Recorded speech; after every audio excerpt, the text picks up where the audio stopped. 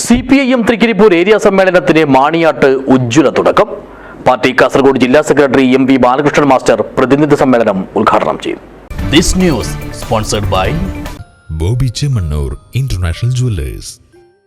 മുതിർന്ന അംഗം TV ഗോവിന്ദൻ പതാക ഉയർത്തിയതോടെയാണ് CPIM തൃക്കരിപ്പൂർ ഏരിയ സമ്മേളനത്തിന് മാണിയാട്ടെ K Kunhiraman K Narayanan master നഗറിൽ തുടക്കമായത്.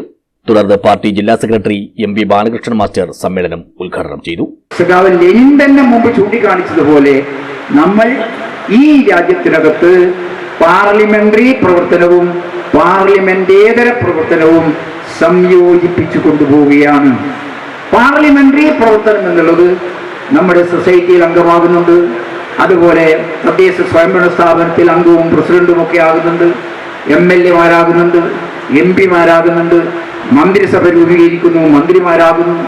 ഇങ്ങനെ വിവിധ തലങ്ങളിൽ പാർലമെന്ററി മാർഗം നമ്മൾ ഉപയോഗപ്പെടുത്തുന്നുണ്ട് എന്നുള്ളത് നമ്മുടെ രാജ്യത്തെ നമ്മുടെ ഈ വിപ്ലവ കടമ പൂർത്തീകരിക്കുന്നതിന് അനിവാര്യമാണ് എന്ന് കണ്ടുകൊണ്ടാണ് M രാമചന്ദ്രൻ രക്തസാക്ഷി പ്രമേയവും P കുഞ്ഞിക്കണ്ണൻ അനുശോചന പ്രമേയവും ഏരിയ സെക്രട്ടറി E കുഞ്ഞിരാമൻ പ്രവർത്തന റിപ്പോർട്ടും അവതരിപ്പിച്ചു.